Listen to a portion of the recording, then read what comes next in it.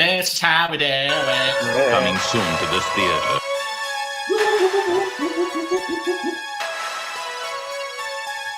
Rock bitches. Rock bitches.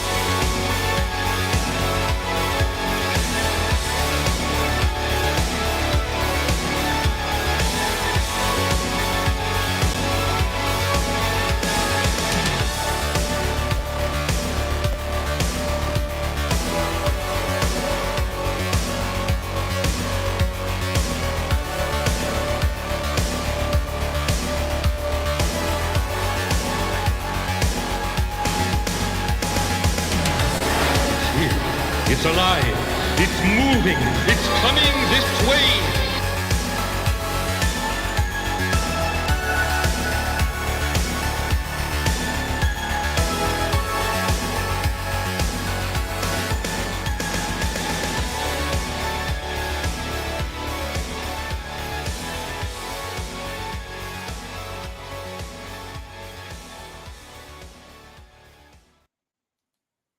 What is up, everybody? Thank you for joining us this evening. It's your boy, Brian, back for another episode of the Horror Movie Club, the club where, what do? We watch horror movies, of course. We always try to make sure that it's a movie that's not behind a paywall. That way, if you're following us on the Twatters or you subscribe to the channel, in advance, we usually mention what movie it is. There's always a link in the description below where you can watch the movie in advance of the stream and then join us in the chat. Let us know what you thought about it. Or if you've never seen tonight's movie and from listening to us talk about it, showing clips, etc., you think to yourself, damn, I want to check that out. Guess what? All you have to do is click on the link below in the description. It will take you to a 100% free of charge, non-edited, non-fucked up version of the movie. Tonight's movie is The Taking of Deborah Logan from 2014. And what can I say? I hadn't seen it in a while, but it's been a movie that I've been wanting to do for a while because it's like one of those films that when after I saw it, just kind of stuck in my head. I'm like, God, I gotta give that another look, you know. Anyway, let me bring on my boy, your boy, Matt Burke. What's up, son? What up, man? I'm just chilling, getting ready to talk about The Taking of Deborah Logan. That movie was fucking crazy. Can't wait to do a deep dive on it. And I got this Rope-A-Dope cinnamon whiskey right here. It's pretty cool. The fucking flaming smoking skull with stars on it. I don't fucking know. 30% kind of weak, but give it a shot. Yeah. You know, $10. Oh, nice. You know what I mean? Rope-A-Dope. Wait a second. Rope-A-Dope. It was Ali. Get in there, Rock. Came up with the Rope-A-Dope. Yeah, right. It was Ali, huh? Yeah, and that's booze, and he was a Muslim, so that's haram. What's it? Does it have a nice bouquet? Zero bouquet. Damn, no, that fucking cinnamon. It's pretty sweet, dude. Nice. Pretty fucking good. Pretty good. Yeah, I love this. I love you some whiskey. Burning like motherfucker. Oh, and we got. It's like Pop said. He's just like, yeah. It's like I don't know if I'm gonna make it tonight, or I'm gonna be late. So he just kind of popped in, and popped out. Oh my god. Let's do. Oh, wait a second. Actually, gotta fucking show you this. Check this out. Got this in the mail today from our man with the master plan. Just in the mail. Check it out. Oh shit! This is the original. The OG, huh? You're gonna put that in a. You're gonna put. Oh, it's thick, huh? Oh yeah. Well, it's I mean, canvas. It's one of the things I always love about paintings is looking at like the paint marks on the back of the canvas. Oh yeah. Right. That's awesome, man. So. Yeah, no, this blew me away. I put that on my backdrop. That'd be like my whole backdrop. Yeah, no, I mean, the thing is, what's funny is I actually have, because I had some movers come in, move shit around all the way on the wall over there. I've got the prints. That's cool, dude. Now I got the real shit right here. Oh, nice. So yeah, I'm my walls are mostly covered, but I'm gonna move shit around and find Oh, what the book. fuck? You got a Butch Cleaver up there too, huh? I got a what? Noticed that you got a Butch Cleaver up there. Yeah, I do. I'm gonna have to send you a better one. I don't know, man. That one's kind of sweet. I like that. Thanks, bro. That's as close as I can get the camera. Fucking That's awesome, dude. Yeah, there's the Awesome. I'm like pretty much the camera cord is fucking stretched to its max. To the max. Let's get into some fucking week in horror shit, man. Let me Hell yeah. take a look at some of the stuff that has been going on. We were talking, I think, last week about the Teenage Mutant Ninja Turtles Universal Monsters toys. Yeah, right. They're still busting these, man. Dude, yeah. I think they have like 2 different like lines of them. Check it out. Oh, the Wolfman, huh? The Wolf Rat. Yeah, man. So, oh man, look at that! Isn't that sweet? I love how Raphael's sai are made out of bone. I saw that. It's fucking. That's right up my alley, man. Oh, and they got the trap for his feet.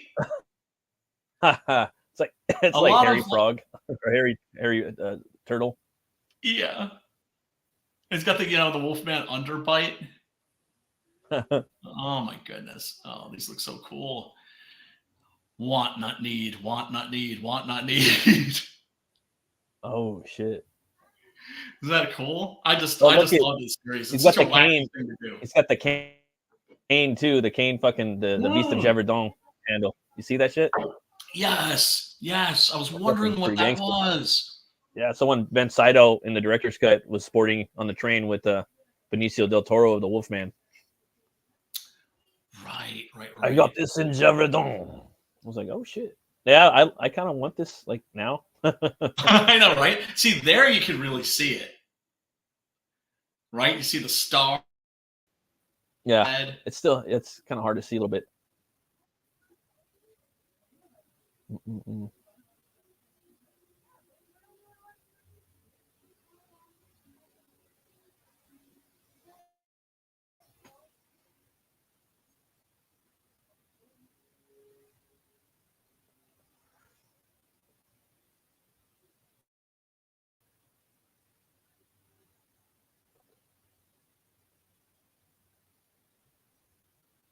The Leigh Whannell Wolfman remake that's coming up. Who's playing the Wolfman? I don't think it's anybody. I don't think it's like anybody. A no name, right? I think it's gonna be CGI, and I think that because remember how because this is by the same guy that made the Wolfman movie. I mean, not the Wolfman movie. The guy who made that horrible Invisible Man remake that didn't even have the Invisible Man. Right? It was just a guy in a suit. I was watching the BFG yesterday with my kid. I'm like, damn, that movie had some pretty good CGI. Oh, dude, I've seen some. Look, I mean, it's like you look at like the movies that always amaze me are the Planet of the Apes movies, the new ones. Oh yeah, right. Mm-hmm. The first one I thought Rise, I thought that was genius. I thought, holy shit, what a great reboot / prequel. This is amazing. I can't wait for more. And then, of course, the next 2 movies I found disappointing, right? Second one, I was like, okay, it's disappointing, but it was because they evidently fired the original director because they were like, oh, that's a big hit. Okay, you're fired. Because that's just how Hollywood works, right? It's like you create something that's huge, and then suddenly it's too huge for you, and they need to like really stick their fingers in it. And then the last one I thought was just a downer, like not in a good way. But the special effects in those are fucking jaw dropping. Yeah, just pretty good. Astounding. You see the trailer for the new one? Yes, and I'm not gonna lie, it kind of gave me a little bit of a boner. It looked pretty cool. Yeah, it's pretty cool. And, I'll wait for the reviews. Reviews. Same thing with this Wolfman. I'm just, what can I say? Just not feeling it. Positive. Not feeling positive. Well, because because his Invisible Man was a piece of shit. Yeah, it was whack. It was whack. It was really whack. So what I'm thinking is it's going to be a movie about this chick and she's being stalked by a monster, right? So, yeah, it says Wolfman stars Abbott as a man whose family is being terrorized by a lethal predator. So it's Christopher Abbott, not as, so there's nobody cast as, it's about a family that's being terrorized by the Wolfman, by a werewolf, right? So maybe it's gonna be like a mystery or something, like someone in the cast. You know what I mean? Which is lame. They need to like show the actual Wolfman in the movie. He needs to be in the movie. I don't think there is one. I don't think there is one. Like, there's no Lawrence Talbot, huh? No Lawrence Talbot. No Lawrence Talbot. That's so lame. So why would you call it the Wolfman? Call it something else. Yeah, seriously, dude. They're just like using the stealing the marketing. You know what I mean? Basically, that's exactly what they're doing. It's the whole reimagining thing. Yeah. Remember when that was a big trend? It's a reimagining, the House of Wax. It's an actual House of Wax. Right. Right? Stupid like shit melting. like that. And otherwise it's like Jason Voorhees and he's got a House of Wax. And it's like it's called House of Wax, original House of Wax, right? So check it out. It's a House of Wax. Just go fuck yourselves. Pretty much. So, yeah, not really digging it. On the little story here on the Dean Koontz, Martin Scorsese Frankenstein series that never happened. Well, I mean, they did a pilot, like a 2-hour pilot. Oh shit! And it is worth a look. I hadn't thought about this for a long time. Yeah, it was directed by Marcus Nispel, like a guy who did the Texas Chainsaw Massacre and Friday the 13th remakes, both of which I thought were okay. And that real whack Conan and the really whack Pathfinder. Oh yeah, that's right. It had I think Thomas Kretschmann as Frankenstein. And that version of Frankenstein is just an absolute fucking fiend. I read like the first novel in the series. And Frankenstein is like still alive in the modern day because he's learned to prolong his own existence. Dr. Frankenstein? Victor Frankenstein. And he's just like, like the devil, pretty much. Like makes, the Hammer Frankenstein, played by Peter Cushing, look, kind and compassionate in comparison. And it was with Vincent Perez, from the Crow City of Angels. Oh yeah, that's right. That's right. Queen Margot as the Frankenstein monster, and he was really good. I would have liked to have seen more of it. I don't know why they're like what prompted the story. I don't know if they're gonna if there's gonna be a new version or if there's like a DVD coming out or something like that. I'm pretty sure it's not that hard to find. But yeah, Martin Scorsese was the guy who got the whole thing started, and then he asked to exit like right before they started production because I don't think he liked where they were going. Took his like name off it and shit, huh? Took his name off it. Yep. Kind of like what he did in the Joker. He did that with the Joker too, I think, or at least he was on there like somehow like he was helping out somehow in the movie. Maybe not a producer credit, but when it came out, he kind of stepped away a little bit. Even though the movie made $1 billion, he did a similar thing. Well, for one thing, he's not about the ducats, right? Second, the movie itself was just a fucking remake of 2 of his movies. King of Comedy and Taxi Driver. King of Comedy and Taxi Driver. It's like, and I'm not hating on the Joker. I enjoyed it. Yeah, it was pretty solid. Film. Thought it was solid. But then I had like millennial friends who were just like, oh, it's just amazing. It's like, it's like genius and visionary, and it's about incels and all this other stuff. And I'm just like, have you seen Taxi Driver? No. Have you seen The King of Comedy? No. Oh, that's why you think it's a real genius. Right. It's like, go watch that. Watch that shit for fuck's sake. And it's not like it was hiding its influences. No, they're You know, Maybe that's why Scorsese was like, "Damn, I'm here to help, but not, get ripped off." Maybe. You know what I'm talking? Maybe. Yeah, I mean, that's common sense, right? It is. That's a common sense thing. I mean, you got And fucking also, Robert De Niro in there too, like, Yes. How much more Scorsese do you want to fucking put your name on? Yup. And and in the perfect role too, because of course it was a role reversal. This time he was the talk show host. This time he was behind the talk show host desk, and Joaquin Phoenix as the Joker was in the Rupert Pupkin role. Right. And but yeah, it's I don't know. Zai. Yeah, Zai. Not a bad film by any stretch. It wasn't Taxi Driver. Like in those movies that are like that. I mean, real quick, for me, the top is Falling Down, where it's got like that person just kind of over the edge. You know what I mean? Falling Down just fucks them all up. I'm sorry. Well, it's one of those movies. Falling Down is one of those movies where it's like I thought it started out great, and then it kind of lost its balls. You think so? Like it didn't commit completely, right? I thought it committed all the way. I disagree. I just kind of felt like the defense, right? Who's the Michael Douglas character? Yeah, defense. Yeah, that they were going to because of that's his vanity license plate on his car, right? Yeah, defense, right? Defense. Yeah, yeah. They weren't willing to let him go like pure villain. Do you know what I'm saying? Although, of course, there's that moment at the end where he's like, "I'm the bad guy." I mean, I kind of like that. You know what I mean? Because he's not really the bad guy, but he's just pushed over the edge too much. You know what I mean? And that's what another thing I like about the movie. That's what I really liked about it.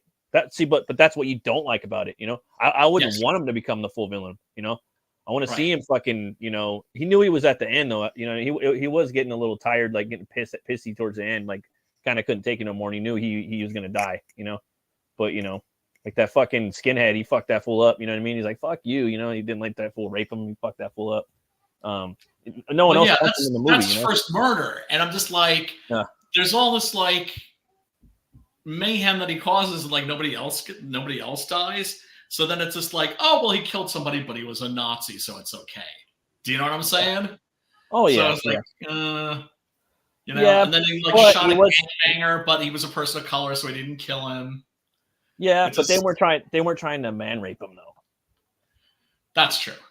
And they didn't. One and two. That's true. That's an excellent point. And two, that's an excellent point. He smashed his daughter's birthday present, the crystal ball. What's this faggot shit? Remember? I'm not saying he didn't have it coming. I mean, he definitely did have it coming. What I'm saying is there should have been a higher body count. No, I agree with that. Fuck yeah. Sim says Hollow Man was a better Invisible Man. Yes, it was. That was a proper Invisible Man remake and everything but name. Verhoeven. Yeah, well, Verhoeven's was the shit. So fucking good. Although I hate Starship Troopers. I know a lot of people love Starship Troopers. It's all right. Going back and watching it, it's sick, but it's like, I don't know. I have to go back. And so, yeah, there's the... It's one of those movies where you like, and then you go back and rewatch it, and it's just kind of... Yeah, I mean, it definitely has been a while. So anyway, there's a new Alien movie that's coming along that is going to be... I think it's going to be on Hulu. I think this is the new Alien movie is going to be kind of like the last Predator movie, right? And the Hellraiser remake. Hulu's going hard on the fucking horror. I give them that. They really are. And Hulu's all right. Yeah, I mean, it is Disney though. Good. But I don't know. Prey was solid. Prey was like the third best Predator movie. For sure. And the Hellraiser remake was the third best Hellraiser movie. Yeah. No, a lot of people hated on it, and a lot of people like it. A lot of people agree, too, that it is the third best. I'm fucking pumped up for Beetlejuice, too. I'm sorry. I'm a big fucking Tim Burton, 90s stan, I can't wait for I remember seeing that shit in the theater and fucking loved it. Oh, man, there's just so many things I could just talk about that movie, man. I can't wait to see. Winona. Dude, Willem Dafoe is in it. He's playing a cop, a dead cop, you know. Really? Another realm. I love Yeah. Dafoe. That's gonna be dope, dude. You know what I mean? Like you're gonna have like I don't know, man. Because it's kind of like Keaton's like Batman and Dafoe, like everyone's like fan pick for Joker. But in this thing, they're like swapping roles. Like he's the Joker and he's the protagonist. I don't know. That's how I see it in my fucking. Yeah, we'll see. Head. We'll see though. It all depends on the script. Tim Burton has said that by his own admission, he wouldn't know a good script if it bit him on the ass. So it's one of those things. It's like if he's working with a really good script, he can sometimes do great things. He certainly, yeah. I mean, I still think his best movie is Ed Wood. I think that's fantastic. It's so good. I like, I like the triple threat. You know, fucking Beetlejuice, Batman, Edward Scissorhands, and then Sleepy Hollow. Like those are my, probably got them Sleepy all tied Hollow about. Was good. Sleepy Hollow was really good. Yeah, his those Batman, are my top four. Yeah, Batman Returns. I remember when it came out, really not liking it, and I'm to this day kind of baffled by the fact that people like actually think that that's a good movie. But I think a lot of that also has to do with the nostalgia. I think they remember like how old they were when it came out, or maybe thinking it was dope and fly when they were little kids, or maybe they just actually. Some people actually just like it, and certainly. I like it, but there's things that like I'll like rip it apart now because I became more of a Batman comic fan. You know what I mean? Like, and there's just certain things, There's just certain things I like about it, and there's certain things that I would change. Like I would have probably went with Clint Eastwood or Pierce Brosnan for the role. Oh, dude, Michael Keaton's such a good actor. Totally miscast. He's a good actor. He acted his way out of the motherfucker, but physically he's not there. I'm sorry, he's not better. He's better in Returns. Oh yeah, definitely. He's really good in the Flesh. I watched the Flesh the other day. Some of the worst CGI I've seen in a long time. Really bad. But they saved all. Oh, it's so bad, dude. And then they used a lot of the good CGI though for Keaton and for Affleck though. Like they put their money where they were.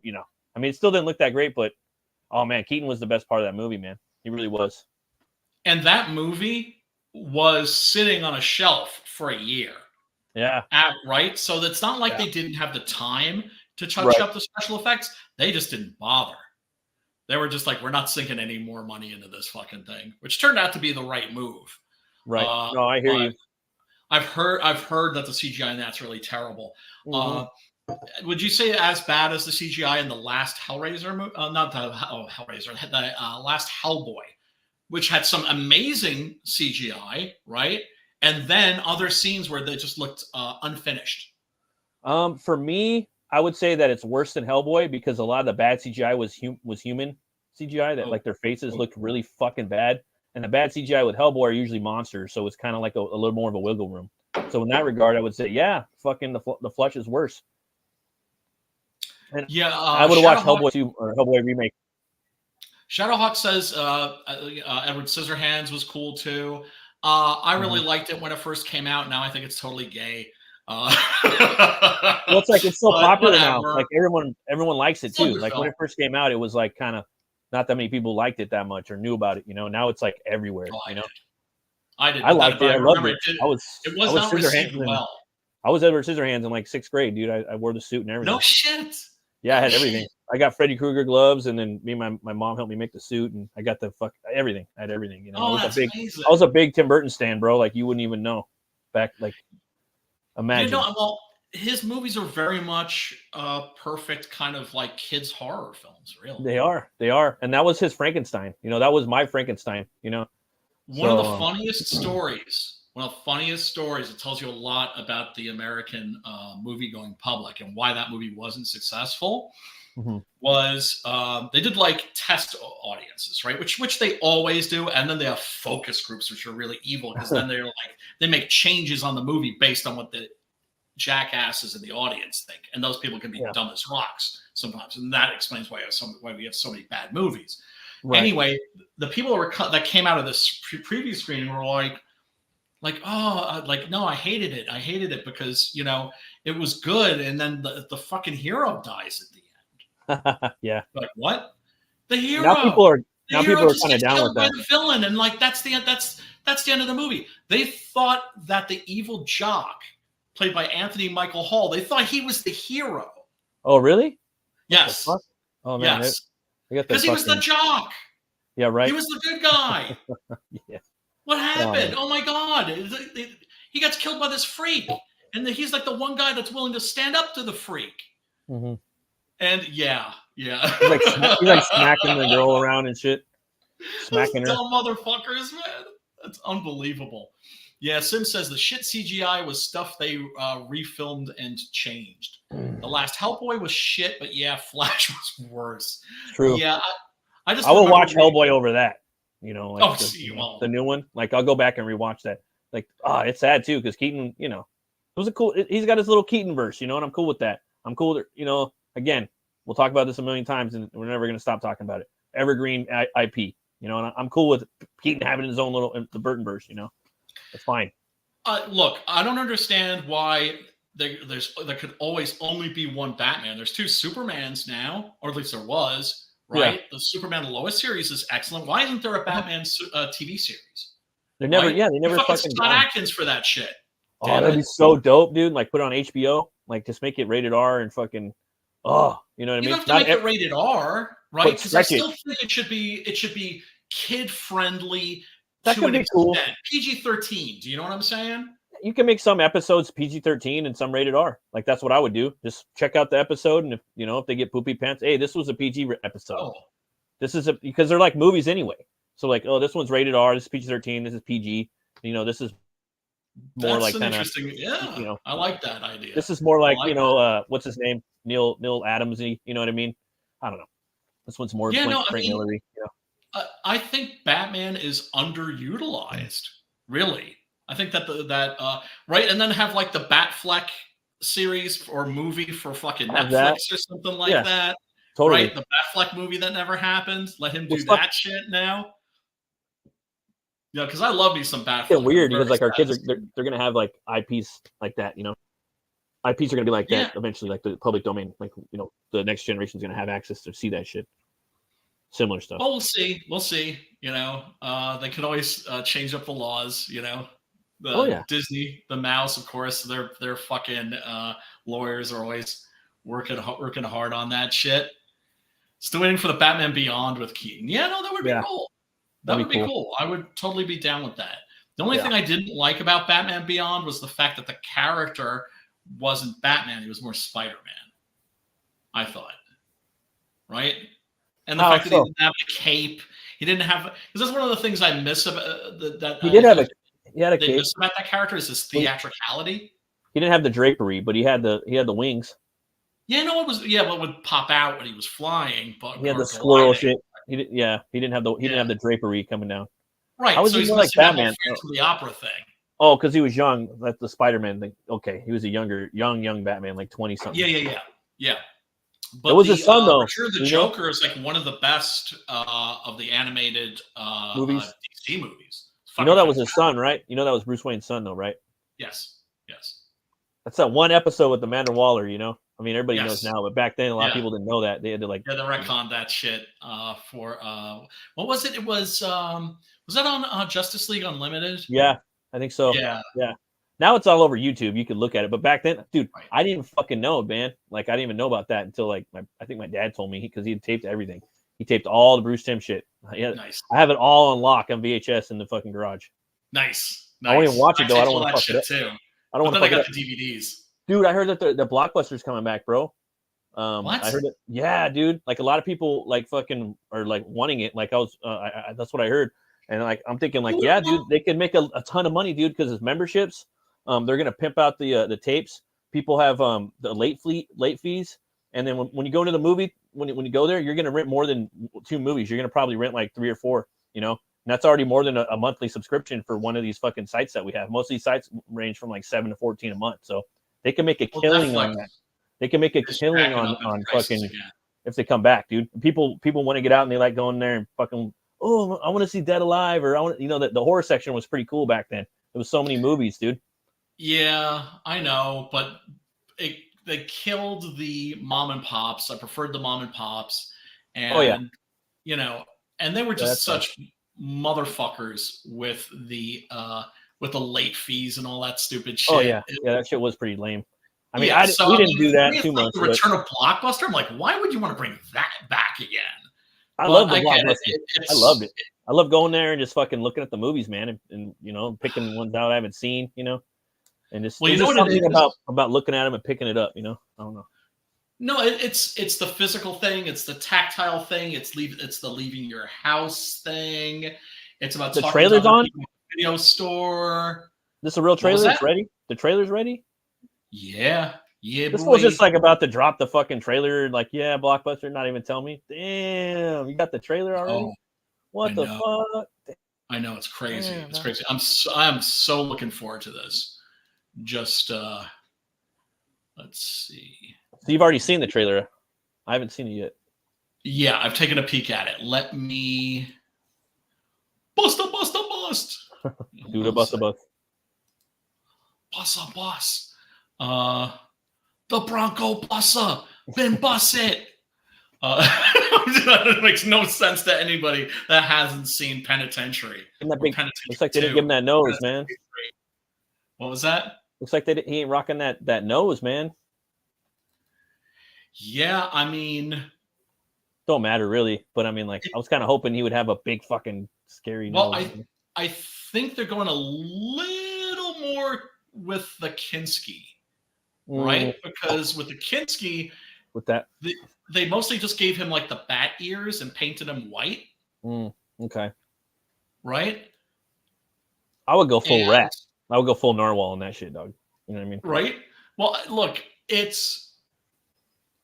me, it's like how would I put it? With the Herzog version, you had Kinski, right? Mhm. And Kinski was so freaky looking. He really didn't need. Yeah. No, I mean, that's what I'm saying. You know what I'm saying? They're gonna Michael Keaton. He can Michael Keaton the fuck out of that role, just like he does with Batman. Skarsgård could do it too. You could just be freaky and scary as fuck. You don't got to look exactly like the origin. No, not at all. Although I find it interesting. What was that? This is a fan trailer. Is that what it says? It says fan trailer on there. Yeah, it does. I've been. Oh, what the fuck? Oh, no. I want my real Nosferatu trailer. Motherfuckers. I thought this shit was real. Sorry. It's all good. So that's good, though. That means he could have that big fucking scary nose. I'm excited now. Because Shrek had that big fucking scary looking nose, man. He looked like more like a rat, you know? Yes. It was fucking terrifying. And you know, they got more like the up snouty nose, you know. Those people, you know, the actors, Klinsky and Skarsgård, you know, their noses. I don't know. I'm real big on little shit like that, dude. You know, kind of really shows the character. God damn it. Okay, well, let's take a little look at this fan trailer. God damn it. It's just making me. I'm madder than a motherfucker. Looks good too, like solid. It looks like Eggers. It's like an Eggers movie.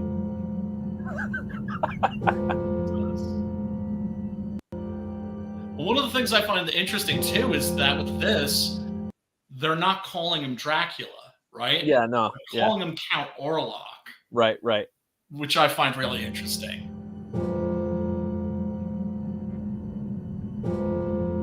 Shit, I thought this was a real trailer. God damn it. Unless it's people are getting really good with these fake trailers, man. That's the name of their company. It's called, you know.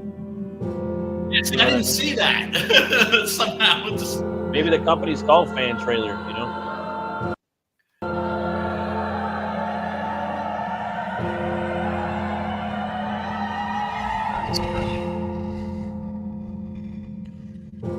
Yeah, and this is going to be like a gothic horror movie, and it's been so long since we've had just a straight up balls out gothic fucking horror movie.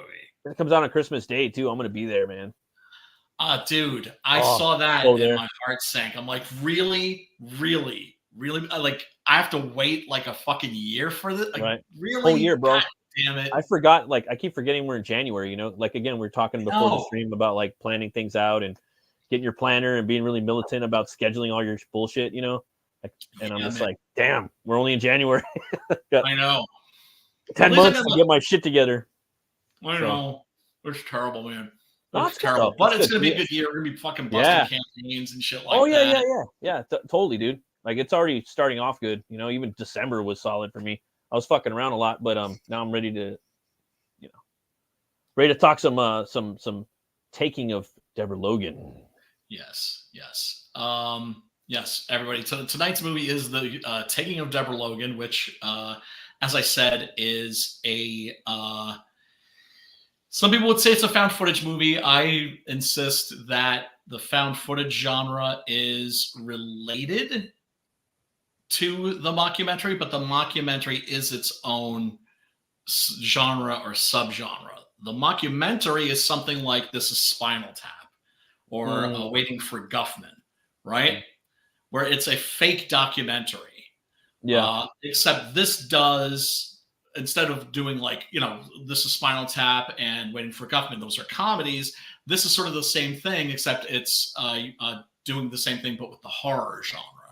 Mm-hmm. And there have been a couple of others like this. I'm sure none that immediately come to mind, but that's because I'm as above, so below.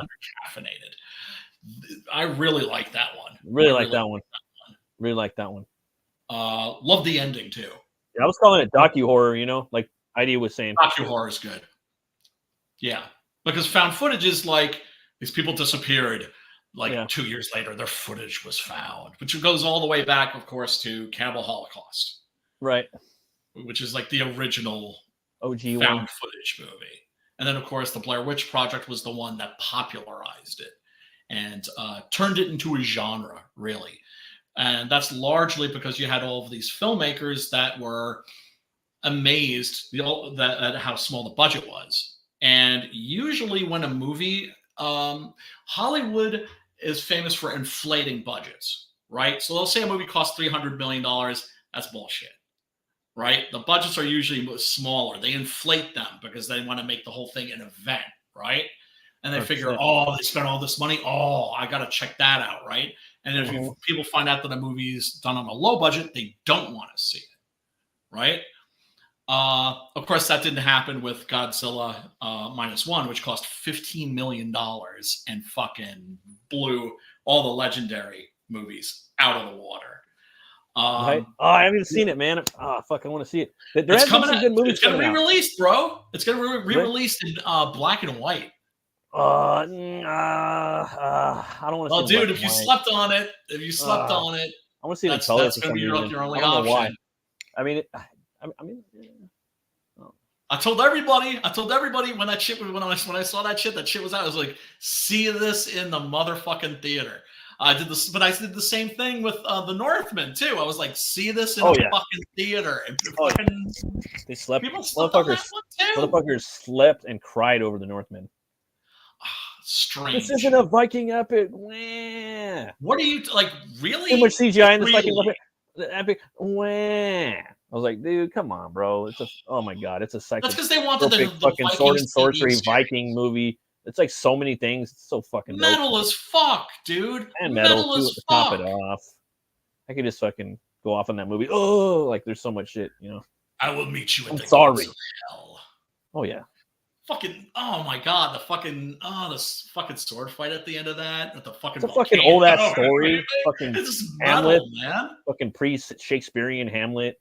And well, that's what I also thought was interesting is that it's Hamlet, the true story. The true story, right? Dude. Like I loved all the all the trips, how they blend Norse mythology with fucking psychotropic drugs, but also God. Spirituality. Like, is it spirituality? I love showing that they weren't perfect, how they would take people and make them slaves. It's fucked up how they burned all those people. Yeah. But he did that. He was an evil motherfucker, and then he actually forgot who he was. He was in a trance for like fucking 10 years, and then York snapped him out of it. Like, there's just so many things. Oh yeah, I gotta go fucking get my revenge. I like the little knife that he's carrying on the front. A lot of people don't like. There's so many little things I could talk about that movie. Why it's so dope. Yeah, it's the incredible best Viking movie ever made. And well, that's because all the people that didn't like that, they're posers, right? They don't want the real shit. They want the Vikings TV series. Like, I don't know what the fuck you would want. Like, that is better. Like, that's gonna get more close than that. Again, Pirates of the Caribbean, maybe. It's got a lot of fucking CGI in it and all this shit, but it's for the fucking story and it's for the trip and it's for the trance and it's like, dude. And then there's historically accurate shit. It's entertaining. Like there's so much shit, you know. Nothing can come close to it. Valkyries and shit. Yeah, nothing can come close to it, man. It's a fucking experience, bro. Like yes, the Viking TV show is all fake. None of that shit's fucking real. Like they pick and choose little breadcrumbs and they want. Especially fucking, don't even get me started on Valhalla with fucking Haken, how they fucked them up more than any character in any of the fucking culture war bullshit. So but anyways, this picture right here, man, it's just pretty cool. Yeah, well, you know me. I always like, if we're covering a movie, I like to go and check out the fan art. I like my favorite part of the show. Posters, right? Because we are a comics-related stream. We're all comic creators here. Fuck yeah. This is a really good fan-made poster right here. Fucking lights. I've been staring at the lights all day. I had to throw on my sunglasses. Oh, man. That's a pretty good one right there. I like that one. This one's creepy. That one's creepy. Right? Yeah. The paintings. I like that one. That's really good. That was a cool surprise for me. You know, and that kind of pertains to similar topics we've been having, you know, in the meetings. Yes. You know, talking. So I saw that. I was like, oh, motherfuckers, you put this in here. This movie's been out for a while, you know. Yep. I like that one. See, because you never see.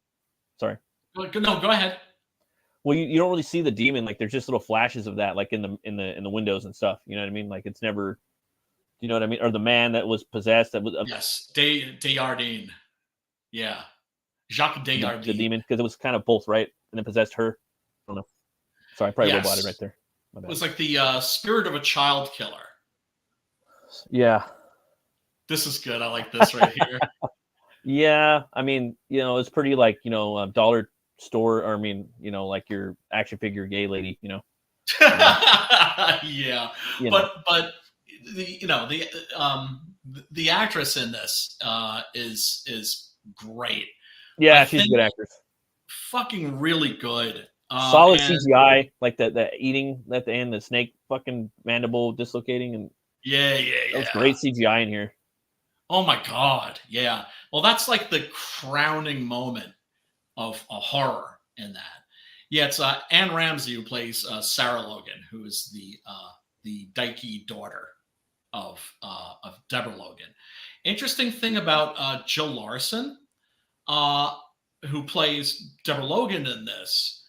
I mean, it's just such a phenomenal performance. It's just so good, and very believable, and super believable. Yeah, and this is a little bit of this is bit art, or like computer, like 8-bit art. You gotta love that bit art, right? Whenever you can, you know, like put it on a fucking t-shirt or something, even for your comic or your game or whatever the fuck you're doing. Did I tell you I'm working on an RPG tabletop game with my buddy? Are you really? I swear, I'm doing some character designs. It's gonna be really fucking cool when we get it going. So, but yeah, I had a meeting with him. It's very Devil or D&D inspired, but he's doing some new shit that that's gonna be fucking awesome. If I would say it, it would just fucking steal. Like if I could say one thing, people would steal the idea and just fucking. I hear you. Gotta keep that shit on the down low. Yeah. Oh, did you see the? Well, because I could talk about this without showing them, because I don't know if it's cool to share these. But did you check out that little bit of art that our boy Preston shared? Oh yeah. It was in our DM group. Yeah, that made my week, man. I made my year so far. Yeah, man. Yeah, just seeing motherfucker taking names down there, you know. Yes. It's always that's always a pleasant thing, you know what I mean? Like, I don't know. I don't want to spoil too much, but I know that had to put a big grin on your face, like it's put a big grin on mine. Big old shit eater, man. I was just like, wow. Yup. God damn, man. He is just freaking amazing. Tearing it up. Yeah. So this is about a medical student who is making a documentary And this was shot, I think, in North Carolina, but it's set in Virginia. And so she's a medical student, and she's studying Alzheimer's disease. And this goes into like how it affects the brain, how it starts. The thing about Alzheimer's is that they don't know for sure that you have it. They can't prove it until you're dead. They can only, like, as a postmortem, check the brain. I mean, we know what it is, right? It's basically the like, you know how like your arteries get filled with plaque? That's how you end up having a heart attack. Yeah. Right.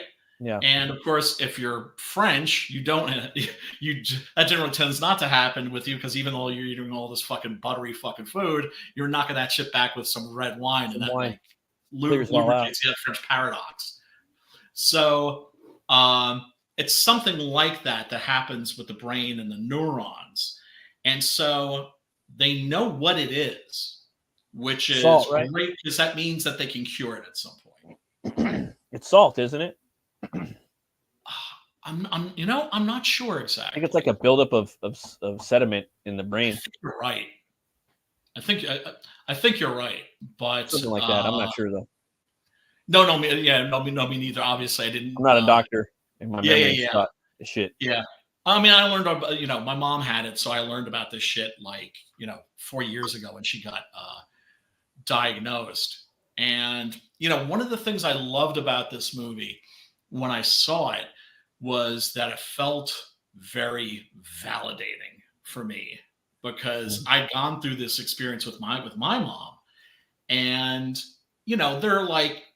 there've been lots of movies, TV, usually like Lifetime movies and shit like that about Alzheimer's, and they all have no balls and they don't capture what it's actually like. This movie is the closest I've seen to actually capturing what that experience is like. And of course, it's horror, so everything is exaggerated and it's taken to fantastic degrees. But this is very much what it feels like taking care of somebody with Alzheimer's. So yeah, her daughter is there. She's taking care of her, and she's hard up for money, because when you have a relative that has Alzheimer's, one of the first things you discover is that there's no help, that the government doesn't give a fuck. Odds are the county where you live doesn't give a fuck. The county where I lived was always touting, look, all these senior services, all these services for senior citizens, and there was like a office for the aging. All bullshit.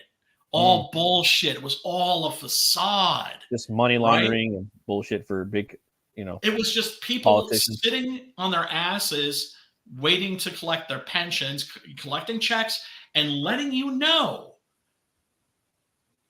that, like, we're not here to help you. Right? And if you were rich, then maybe we might help you just out of fear. But if you were rich, you wouldn't be coming to us. Right. So go fuck yourself. Right? And not in those words, but they let you know pretty quickly, like, we're not here for that. That's not what we do. So she's psyched about this because she's going to be getting some help, right? She's going to be getting some money because, of course, she's had to drop everything. She has to, she's had to drop everything to take care of her mother. And when we meet her, she's a little, leery. She's kind of like, I don't want to be exploited and everything. And I mean, it's like, shit, can you imagine? It's just like, this is happening to you. And then a camera crew shows up to like film your slow descent into madness and infirmity. And Jesus, man. It's super uncomfortable, but that's why the horror genre is perfect for dealing with an issue like this. The horrors are created to deal with uncomfortable shit. And one of the things I love about this movie too is that as uncomfortable as it gets, it still stays fun. Do you know what I'm saying? Yeah, it keeps changing a little bit too, and adding more things to the pot. It does. It does. And I like the way that it starts out as like a regular, documentary, in this case about Alzheimer's. She's saying, we need the money.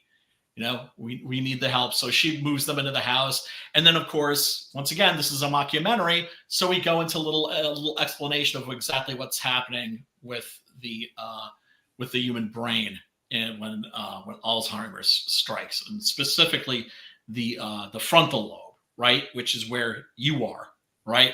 The person that we think of as us is right up here. And they're depicting like the neuron spreading, and then ultimately it just shuts the body down. And even the part of the brain that deals with motor function and even just being able to swallow shuts down. And then death is not far behind. And so they're looking at our old films, family photographs.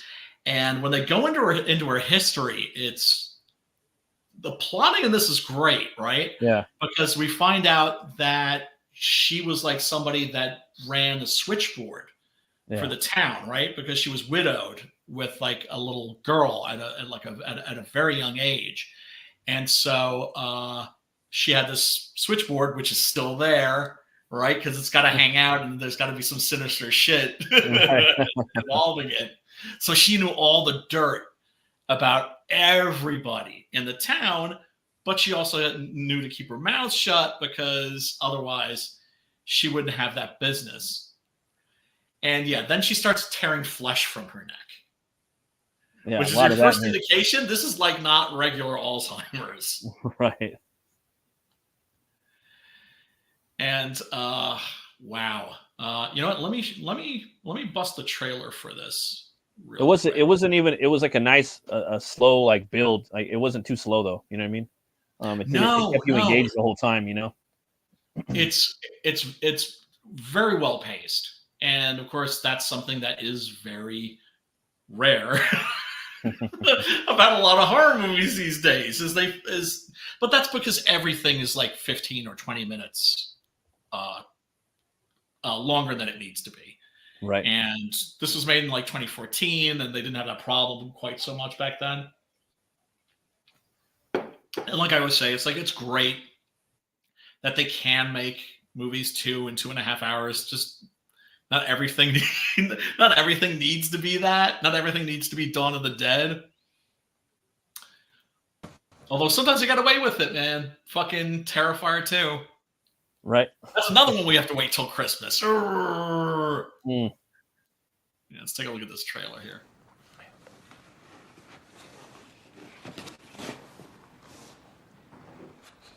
Oh, no, wait. This isn't the trailer. This is like when they find her art, which is a really cool scene. But let me bust that trailer. And this is not a mainstream movie, like a big mainstream movie like last week's movie was. So we don't have to worry about getting fucking copyright struck.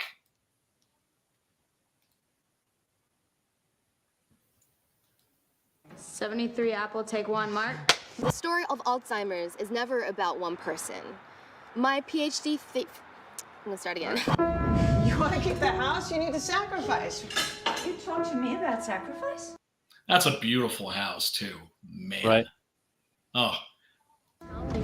Well, I wouldn't even call that a house. It's more like a mansion. Hey. Hi. Ma!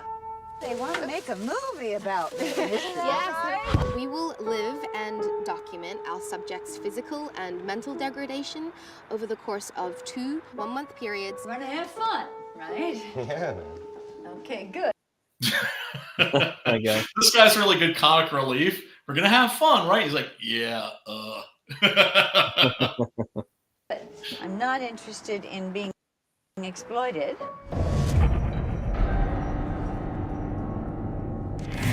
Yeah, and it soon becomes obvious that there's something as if Alzheimer's wasn't creepy enough. There's like something else going on. Sarah mentioned that Deb's been sleepwalking pretty bad. So let's set up surveillance cams.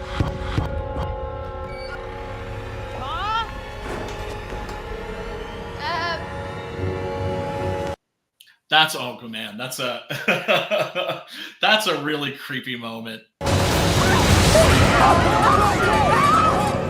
really gave us all quite a fright with your late night gardening. Yeah, there's that scene where she's looking for her trowel, Yeah. right? And where is it? Where does it end up being? The fucking freezer. Yeah. And that's where my mom would always put shit. Was in the freezer. I couldn't make it to work one day because I couldn't find my car keys. I tear the house apart, right? What's the one place I didn't think to look? The fucking freezer. And then I'm in a support group for Alzheimer's caregivers, and I tell the story, and then suddenly people go, "What is it about the freezer?" Huh? That's crazy. And I was like, "So like your people do that too?" It's like, yeah, there's something about Alzheimer's that makes you want to hide shit in the freezer. Huh? And this is movie not captured normal this. sleepwalking. They caught You that. should come see this. Which is to say, they did their homework. It's not good, Doc. That's, of course, super fucking creepy. Yeah. Oh. That jump, yeah. Where it's like, there's not a skip in the film. She's like levitating. And like fast. Do you remember a man named Henri Desjardins? Went missing 30 years ago. Oh, that's right. I said Jacques Desjardins because, of course, it's a French guy. So, of course, I just immediately go to Jacques. no, it's Henri Desjardins, and I'm glad. Like, it's like now I know how to pronounce that name. I tried to wash you in the river, you know. How locked you become. That woman is crazy. The notion of spiritual parasites does exist. Yeah, one of my favorite parts of this movie is when they're doing the medical tests and they're going to like the hospital, because that always reminds me of The Exorcist. Mm. And one of my favorite parts, you remember that part of The Exorcist? In part 2 or? No, the first one where that section of the film where they're running tests on her. Oh, and, yeah. Right? And it becomes obvious. It's just like, you motherfuckers, what are you doing? Right, yeah. Gonna call free. This is obviously, it's just like, just face the facts. The girl's possessed. Yeah. Right? This is something that medical science has no explanation for, but medical science will never, ever acknowledge the shit that they have no explanation for. Oh, fuck no. Yeah, and that's exactly what happens in this. And Especially they didn't make money on the priest either, so. Yeah. That's the part of this that I found really sad and crushing, is when her daughter goes to the priest, right? The one person that should get this, and he's just like, oh, there's no such thing. Like, yeah, right. And all that stuff. It's just you just have to accept this. All good. Yeah.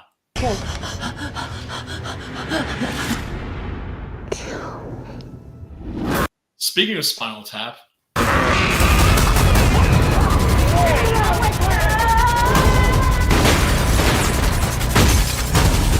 that TV flying across the fucking room. She's gonna die.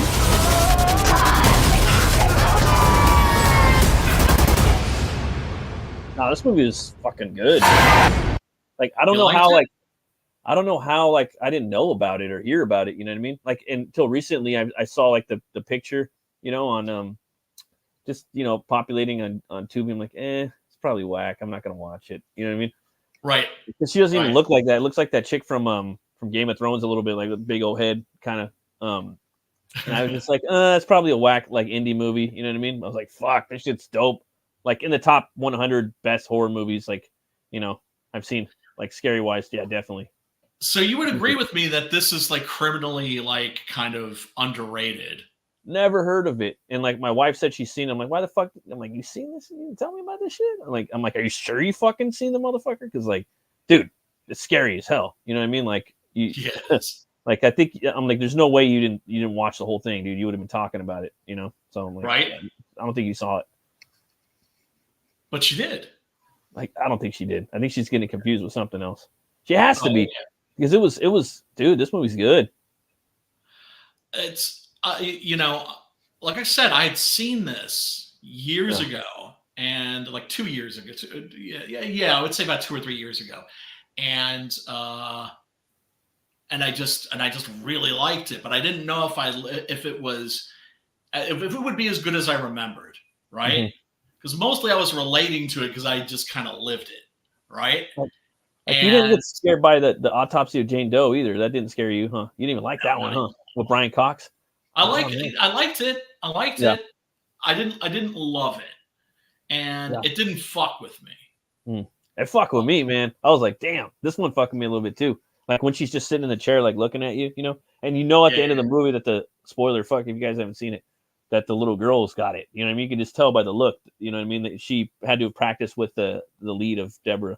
You know what I mean? To get that mannerism down.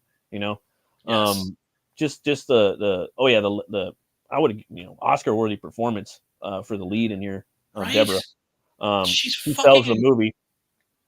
Just her deteriorates, just her whole fall in the movie. You know what I mean? She makes the movie, man. The movie would not be what it is without her. She fucking does she's I'd say about 70% of the movie is in her performance. I totally agree. But that's the thing with this type of film. The acting is so important. You really need strong performances, and both Jill Larson, who plays Deborah Logan, and Anne Ramsey, who plays her daughter Sarah, are just phenomenal. What I like about Anne Ramsey as Sarah is that she doesn't even seem like an actress. Like she seems like a real person. Yeah, definitely. Then they start discovering that her skin is looking scaly. I should mention that if you are one of those folks that has a problem with snakes, this is probably not the movie for you. Or if you're a horror fan and you like being scared and you're afraid of snakes, this is the movie for you. Yeah, it's one of the best possession movies. You know what I mean? I think this one, the modern ones, like Hereditary, I think is really good. This one's really good. I think this is better than Hereditary, though. Personally, really? Yeah. That movie was good. Very artsy, but I mean, this one just kind of goes for the throat the whole time. It goes for even that scene right there. Fuck, dude, that's the one I was thinking of. Even that one's just that. I don't know. But everybody, again, different strokes for different folks. You know what I mean? I mean, it's not that I didn't. It's not that I don't love this movie too, right? It's just, you look at how well shot parts of this are too, right? Because that's one of the things I always disliked about the found footage genre is that it's ugly, right? It has to be. That the cinematography often is not zero. Very good. It's zero, right? But it has. Oh damn! It has to be. It has to be. Otherwise, it's just. But here's the thing: you look at there's a certain section of the horror fandom, right?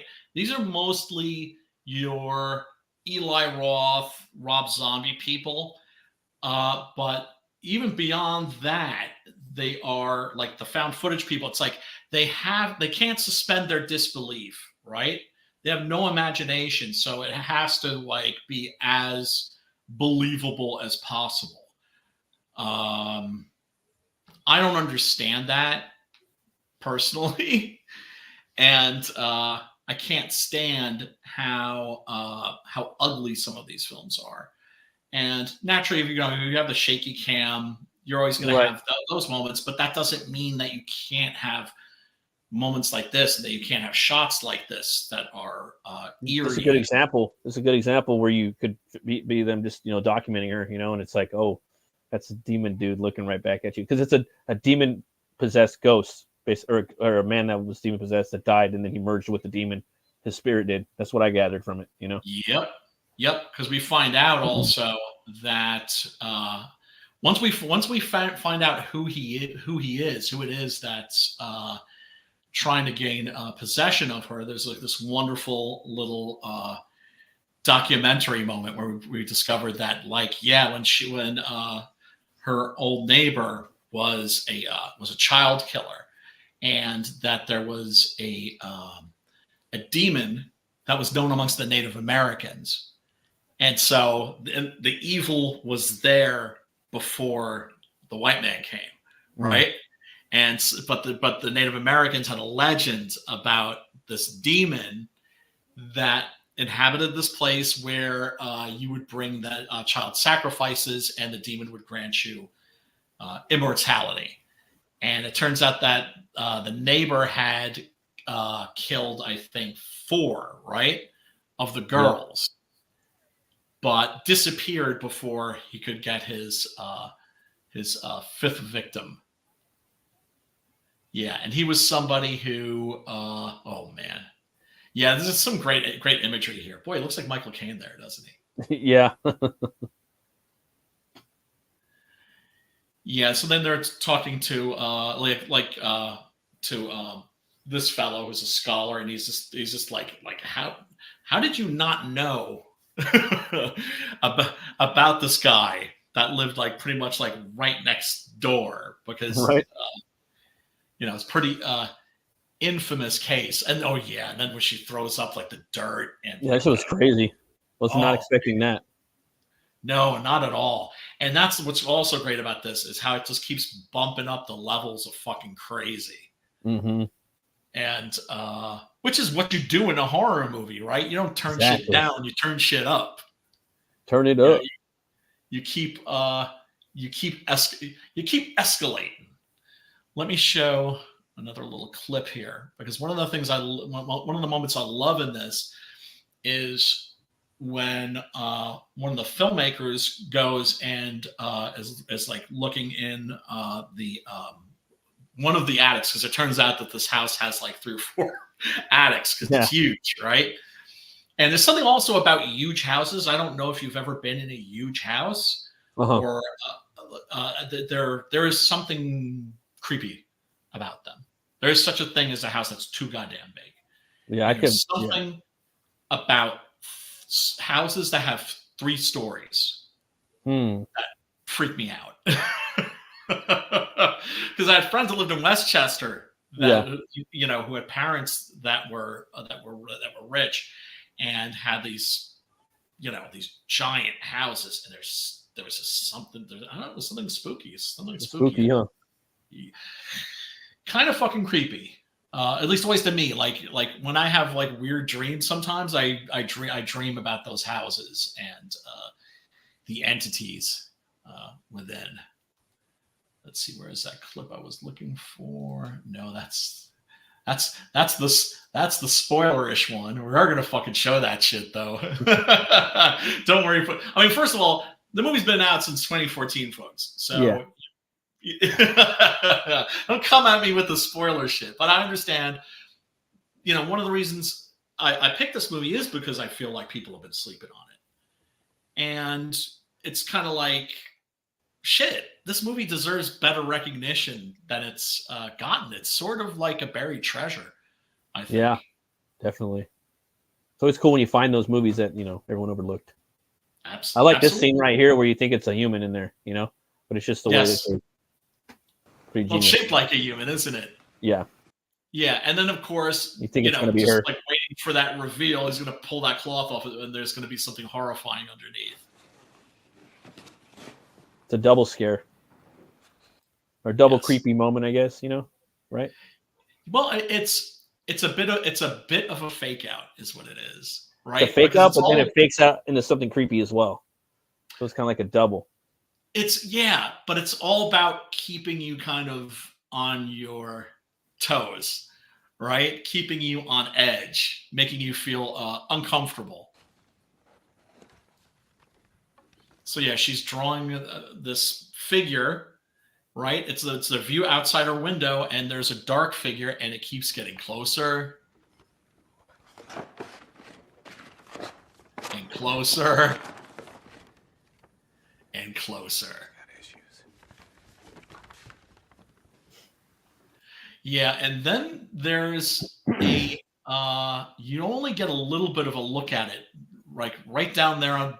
I thought this is really clever because you're just like straining to get a better look at this thing. Get the window and you see the finished drawing of the figure once it gets like up close to the window. Yeah.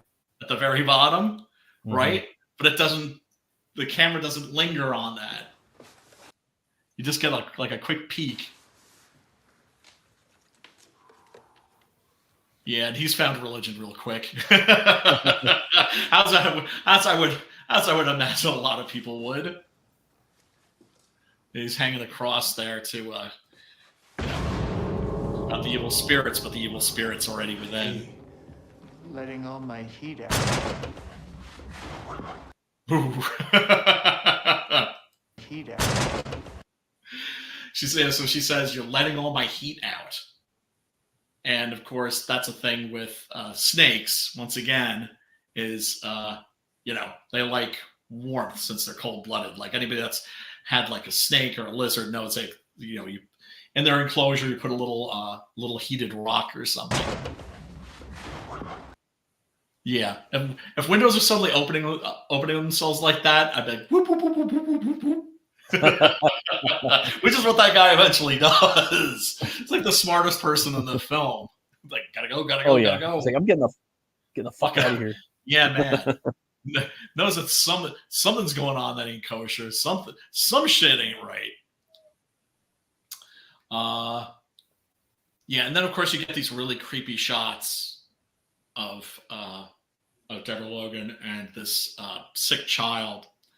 It looks, her hair's falling out. It's probably like in the cancer ward or some shit like that. Mm-hmm. And of course, whenever you're shooting still figures from behind, it's always spooky because you don't know what you're going to see when they turn around.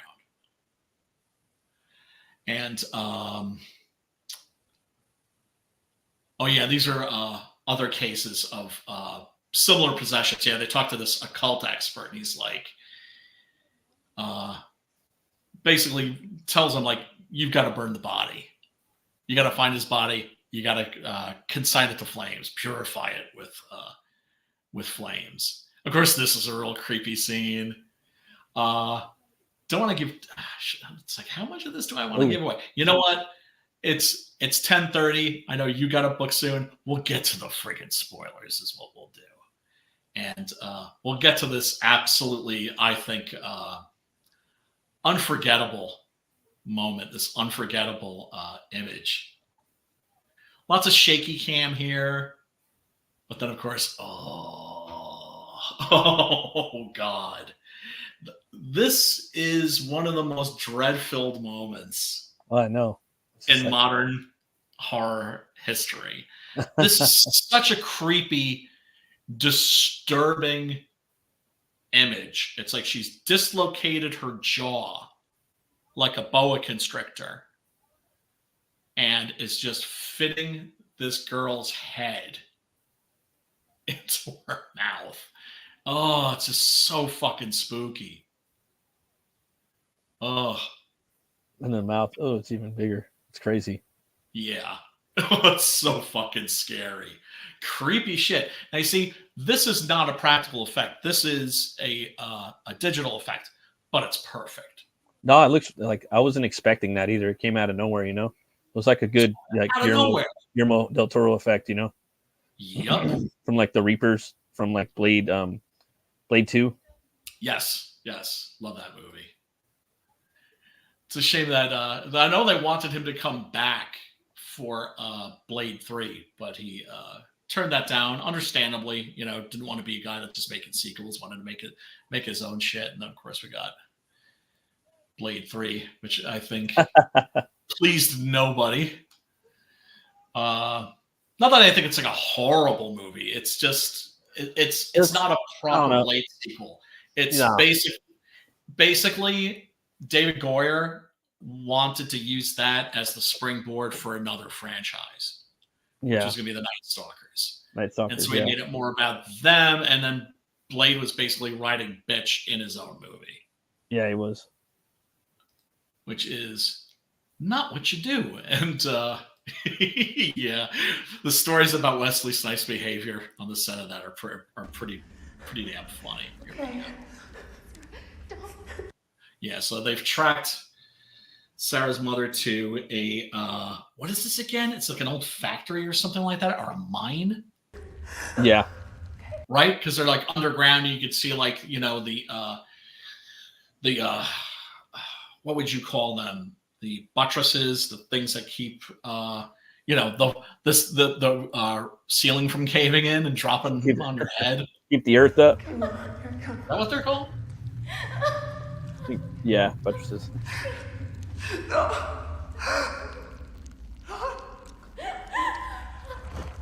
Oh, You can just like hear it. oh, I know this like the slurp sound. Oh, yeah, and then you know, her daughter's got a gun, and it's just like, fuck, what do you do in that situation?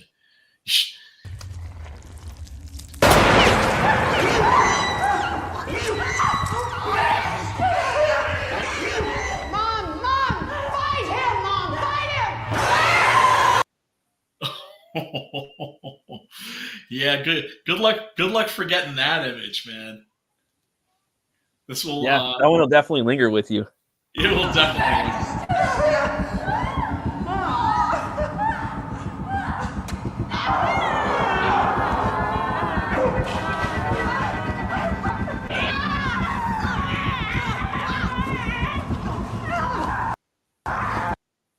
So yeah, this what can I say? This is one of those movies that does definitely stay with you after you've watched it. And I have to say, having just watched it again, it rewards repeat viewings. Oh yeah, definitely. You see all of these little telltale signs that you may have missed the first time around. Oh, Chris is hanging out. What up, Chris? Good to see you, man. Hail, Chris. Hail, Chris. So yeah, definitely go check this out, people. Link is below in the description. You know, I'm not easily creeped out. I'm not easily scared. I can't say this movie scared the piss out of me, but it gave me the creeps. Yeah, me too. Definitely creepy. It's definitely creepy. Yeah, there's some good horror movie. It's a balls out horror movie. Yeah. And it, good editing, good pacing. Sticks to that hour and a half. You know. Yes. It's hard to Doesn't stick wear out its nowadays. welcome. Surprised that this movie wasn't. You know, I don't know. Just didn't. Should have been theater. Should have been bigger. I don't know. Maybe it was. I don't know. No, it wasn't. It wasn't. And that's why. And that's the thing. It's just. It's like my homeboy Chris says. Chris, if you're listening, much love to you, brother. We're gonna know what movies that are coming out now that are gonna be worth watching in like 20 years. Yeah. Right? Yeah. And so there's great shit out there that we're sleeping on because, you know, there's just such a glut of product. Yeah, totally. To sift through, and eventually the cream always rises to the top. Always. But you might be waiting a few decades. Fine. You might be waiting 15, 20. I mean, sometimes it happens sooner than you would expect. Like I remember when Blade Runner came out, thinking this is a classic. The Thing. Yeah. This is a classic. And panned by critics, panned by audiences, box office bombs. I was like, in 20 years, these movies are going to be thought of as masterpieces. And I was wrong. It took 15 years. Oh, yeah. Right? But, you know, but eventually they got the justice they deserved.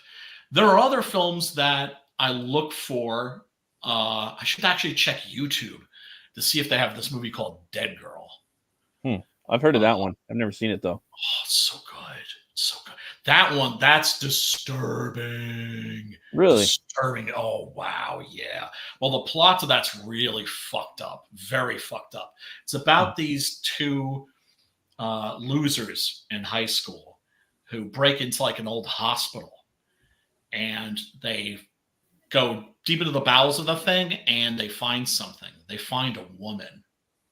And she appears to be like a zombie and she's strapped down to like a gurney.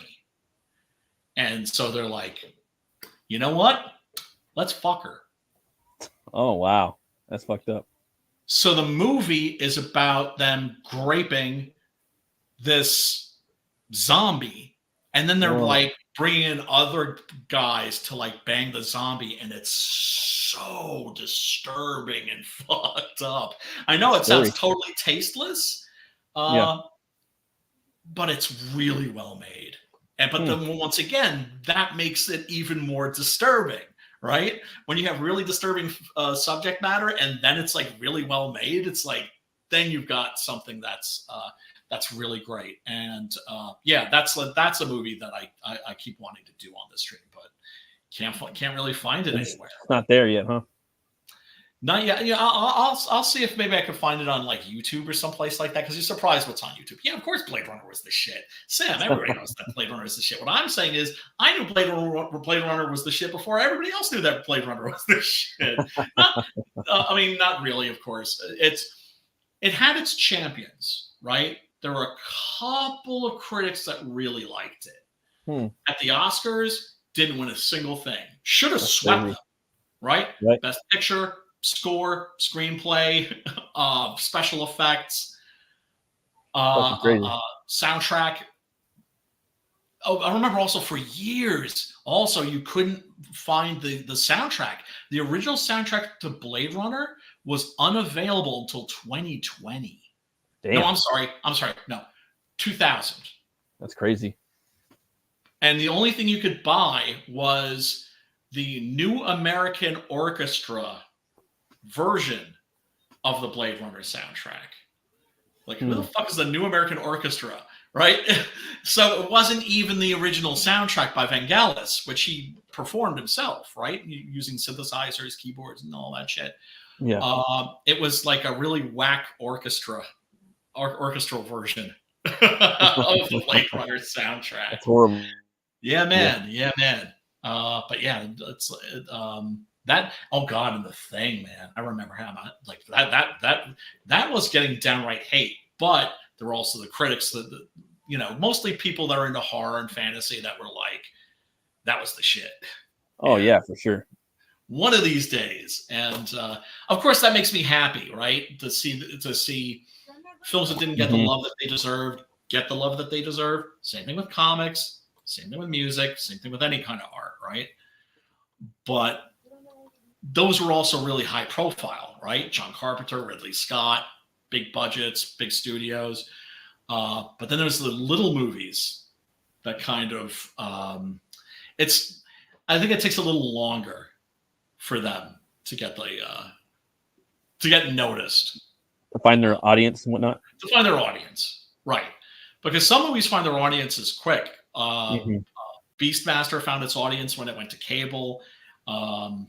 Big Trouble in Little China found its audience when it went to video, right? Dread, or I should say Dread 3D, which was how it was released theatrically, didn't find its audience until it went to DVD. Man, I seen that in the theater too. Like yeah, man, that's cool with the 3D. And the 3D was really cool too. Yeah, it was very cool. When the scenes where they're tripping out on that drug, slow-mo. It's slow-mo, right? Yeah. And you're seeing like, especially when Dredd is killing those fools, you're seeing like a bullets going through dudes' cheeks and exit wounds and blood floating in the air. Yeah, great shit, man. Sim says The Thing, Prince of Darkness, and The Mouth of Madness. Well, that's the thing. Carpenter's probably, I don't know, the GOAT. Yeah. The thing that always amazes and impresses me about that guy is even his lesser films, they just age really well. They're fun. Yeah. It's like Christine, I thought, it was okay. And now I'm like, that was fucking awesome. Same thing with a lot of his films. I don't know what it is. They Live, of course. That was also a movie that didn't get the love it deserved when it first came out. Now it gets the love. So cool. Yeah, man, without a doubt. Okay, so we've been talking behind the scenes, folks, about switching format or jumping format from week to week. We're thinking about doing the horror movie club one week, and then the next week doing spaghetti western jamboree. And so I don't know when we should start doing that. Although you were saying we should just do westerns, right? That we should just do westerns. Although I think one of the reasons, like the videos that get a lot of traction and a lot of views, are because people aren't looking for westerns, but they will type in spaghetti western. That's funny. No, I'll just say whatever, maybe just offset, because westerns are always fun, just an idea I had, No, I've been thinking about it too, and it's a smart idea. It's a smart idea you had. Yeah, partner. I don't know when we're going to start doing that, but we're going to try to do that. Which means a horror movie club is going nowhere. It's just we might, you come here on a Thursday night, you're either going to be talking about horror movies or spaghetti westerns, or maybe even spaghetti westerns are also horror movies. Yeah, because that's actually a subgenre or a subgenre. Yeah. I should say. Chris is like, oh yeah, I remember the zombie graping movie. You lying piece of shit. You never heard of that shit until I mentioned it. I'm telling you, it's a really good film. It's a very good film. It's a very good film. Right. Why don't you do by pack of 3? Maybe we could do that too. We'll figure something out. Question is right? Why, you already running out of free horror movies? No, Sim. No, we're not. That's the beautiful thing. Is that it's the best time ever to be a horror movie fan. And the free streaming services like Tubi, they're better than Netflix. They're better than Amazon Prime. They're better than Shudder. It's like you can. Back in the Disney, you had to like go through the TV guide hoping to find shit, right? Hoping that they'd be showing something. We're getting closer and closer to that vision I had as a little boy of just being able to watch any movie anytime you want. Anything you want, anytime you want. Yeah, which is so fucking cool.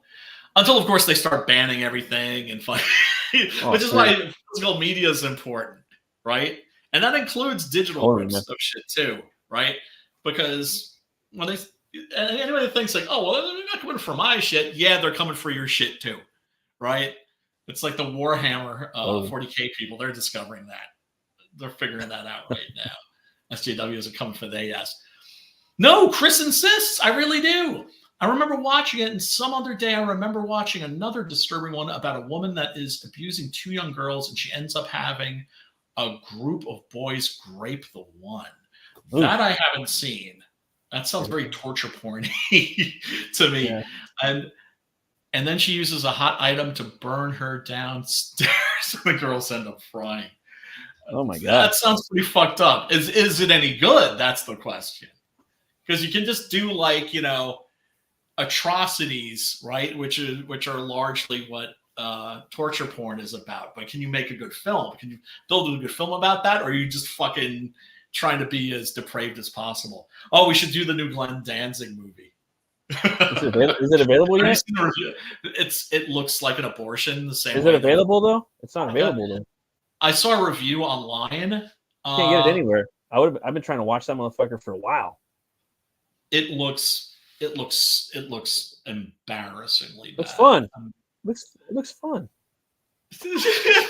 Well, that's the thing. I'm excited to watch it. Bad movies I can get off on, but you have to understand I'm a Glenn Danzig fan, and I know Bisley did all the art for it. He did all like the. So I can't wait. Well, I mean, I can't wait. Smart enough to hire the Biz for that shit, but then if you had the Biz, all the concept art, there's a concept art for it that Bisley did.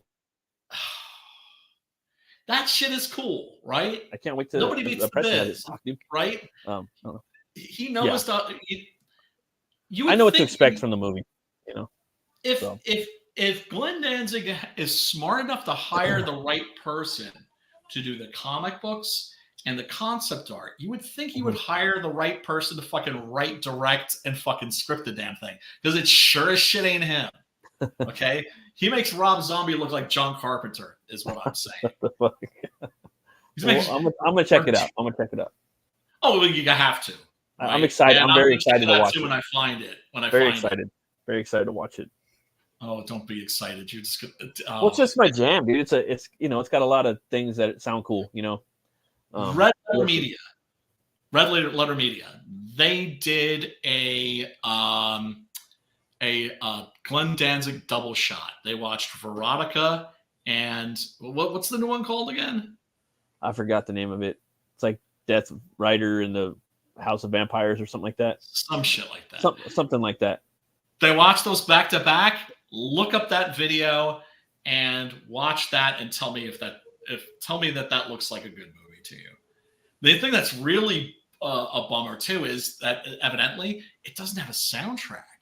Huh. And so there's all this ambient sound and it sounds terrible.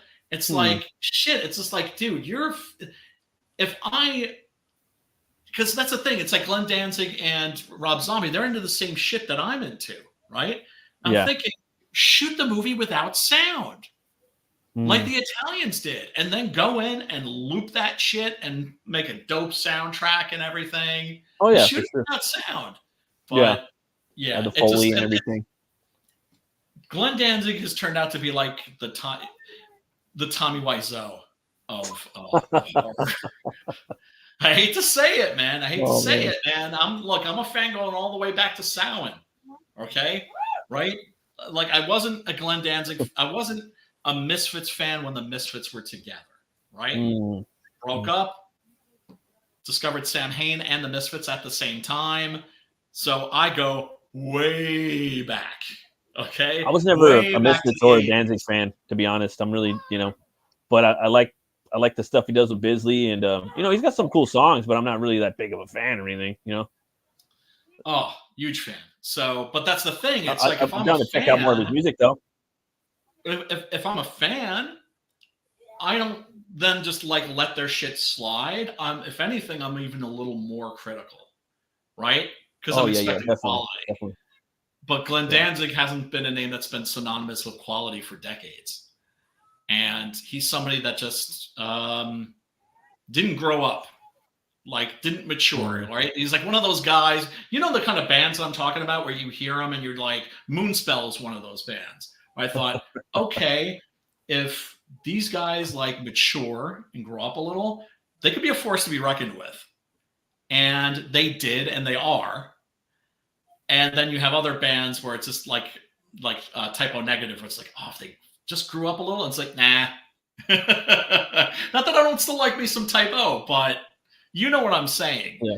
It's unfulfilled potential. And to me, Glenn Danzig is the ultimate disappointment, right? That I thought oh, this guy's going to go on to do fucking amazing things. And not only did he not go on to do amazing things, he's actually, now he's making fucking movies that would make Ed Wood go, damn, son. That's a piece of trash. But yeah, no, it would be fun actually to review those. Oh, for sure, man. Although that would mean I'd have to watch them. I don't think I could sit through that shit.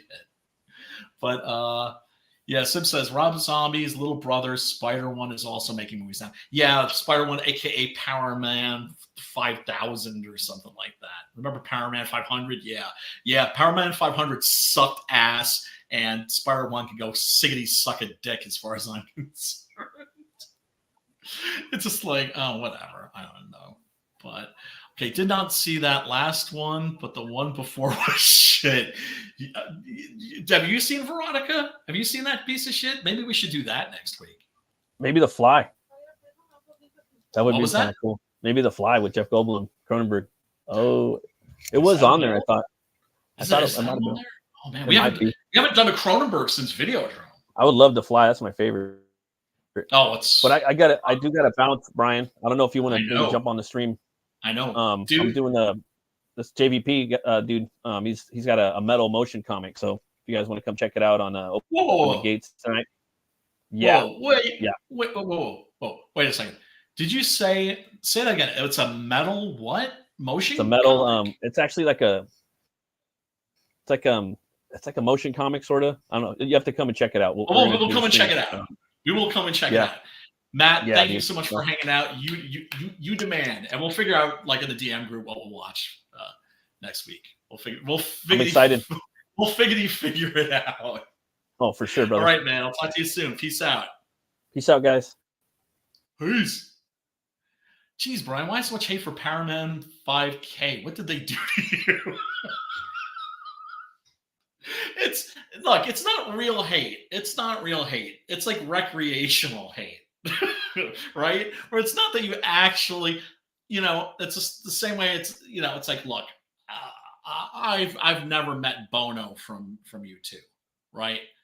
Could be like the nicest guy in the world as far as I'm concerned, but that music, man.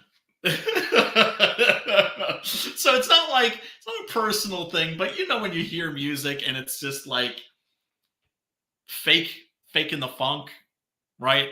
You can tell that this person they're doing this kind of music because that's kind of what's in right now. And so this punk is like imitating his brother, who's not really that talented, imitating his music, and now he's I guess imitating his shitty horror movies. God damn, man. But I will admit, I have a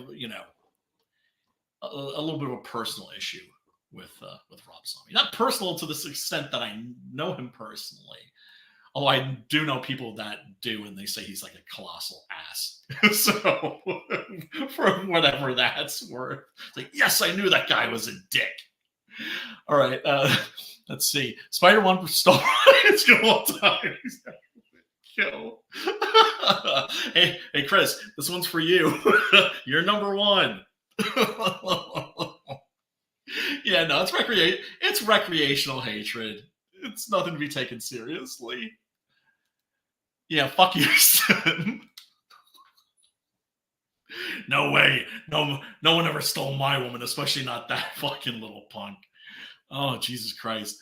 Oh, guys are killing me. Okay, so not sure what we're doing next week, but everybody who's hanging out, thank you so much for tuning in. Really do appreciate you. Smash that like button, smash the subscribe button, ringy ding ding dong, the bell, and until I see you next week, peace, love, and metal.